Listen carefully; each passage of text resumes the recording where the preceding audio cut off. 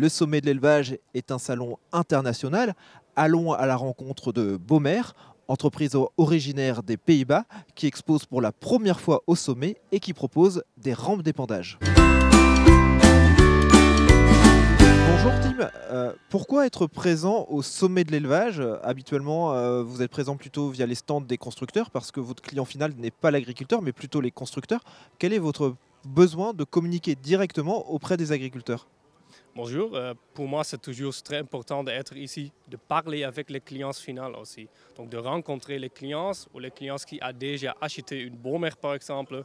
C'est toujours très important pour moi d'avoir un contact directement avec les clients.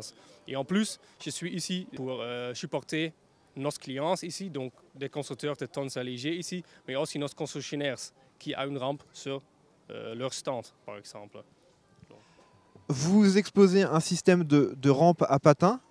Il y a besoin de communiquer sur ce système-là. C'est beaucoup moins répandu qu'en Allemagne ou aux Pays-Bas. Oui, en Allemagne, par exemple, le système est déjà accepté. Donc, nous produisons le système pour l'Allemagne il y a déjà 15 ans environ. Et ici, grâce à les régulations, après 2025, c'est important d'être ici et expliquer le système. Donc, d'affûtage d'une patin au lieu d'une disque, une pennilar, par exemple. Quel est son avantage justement? Pour moi, grâce à notre resort, nous avons toujours un espace libre de 80 cm entre le cadre et du sol. Et notre patins sont toujours en contact avec le sol, grâce à notre système pendulaire, mais aussi grâce à les resorts.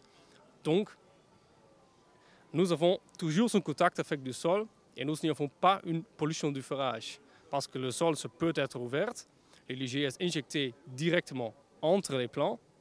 Et en plus, en comparaison avec un disque, l'usure est minimale et l'adoption du sol est meilleure. C'est un autre système. C'est un bon compromis entre un disque et un pennilar. Avec un pennilar, par exemple, nous avons toujours le problème avec une pollution du sol.